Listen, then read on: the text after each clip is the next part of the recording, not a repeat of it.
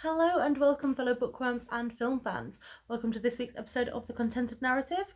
We'll be looking at Siren Song by Sue Welford. Now, this is a book review because, as far as I'm aware, this was never made into a film. Now, this book I have had for years. I don't know where I've picked it up, I don't know how I picked it up, but honestly, it is brilliant. It's a quick, nice little easy read. I mean, the story is just beautifully thought out. It's brilliantly told. It leaves you with everything, and yet it leaves you wanting more. Now, it follows the story follows our main girl Sabra, who basically lives on Earth, and Earth isn't really going anywhere. It's become like a wasteland, and her mum gets given the opportunity to go off world to Damos, and they're kind of building like a new oil refinery. So like, oh yeah, no, that's fine, you know. So she decides to tag along with her mum. And then when she's kind of on her way there, she keeps having this weird dream about like these sirens, which are basically like mermaids. We all know what sirens are.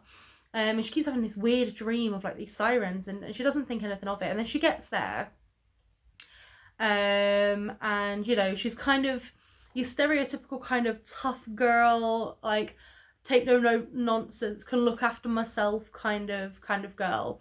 And I do love that because honestly she is quite a strong female character, but also she's not so strong that she won't ask for help when she needs it, because for a lot of the film she's kind of wary of the natives, because the natives, although they speak English and everything, they're kind of wary of her as well.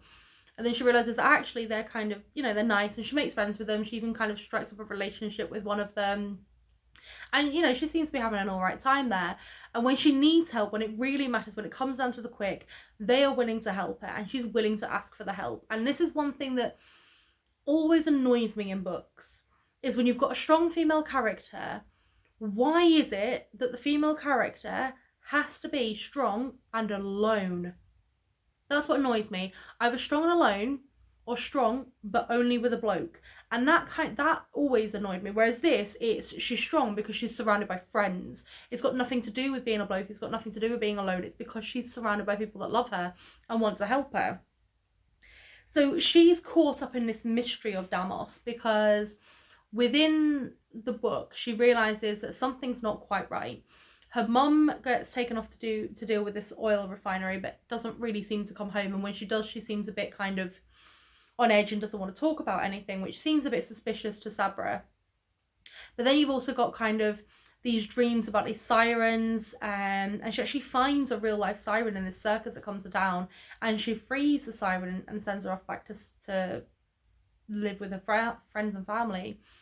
But she kind of has this idea that something isn't quite right and something's happening that maybe shouldn't.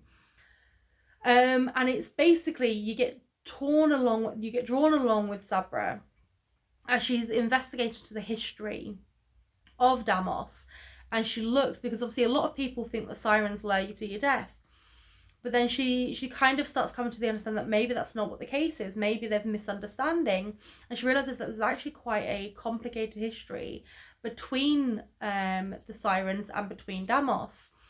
But as I said, in the meantime, she makes friends, like her sister makes friends, like her dad is like a stay-at-home dad, and it's really quite nice. But you kind of sat there going, but what's the twist?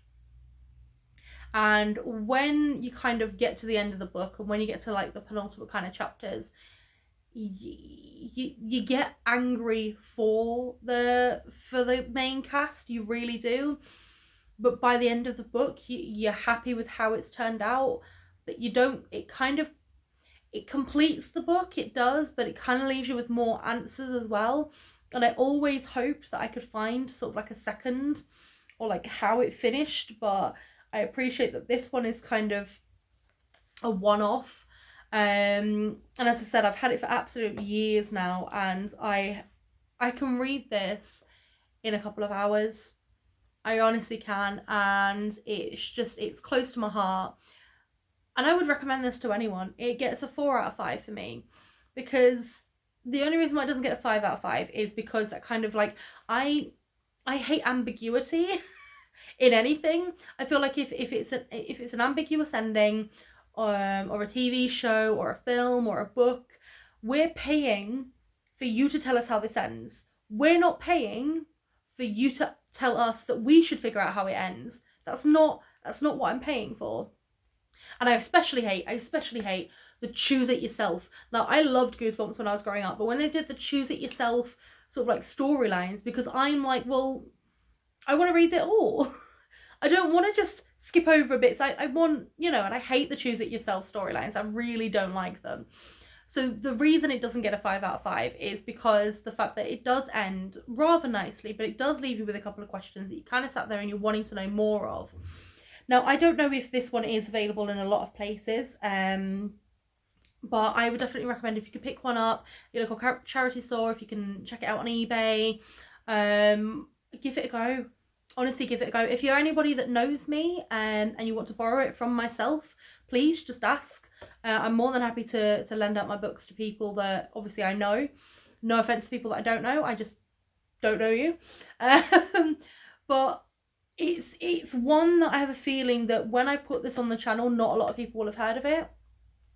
But the fact that it deals with like a history, it's got a mystery behind it. It's kind of got, you know, humans' own mortality and how they deal with things. It's got, you know, characters that are well rounded and not just there for the tick boxes, basically, kind.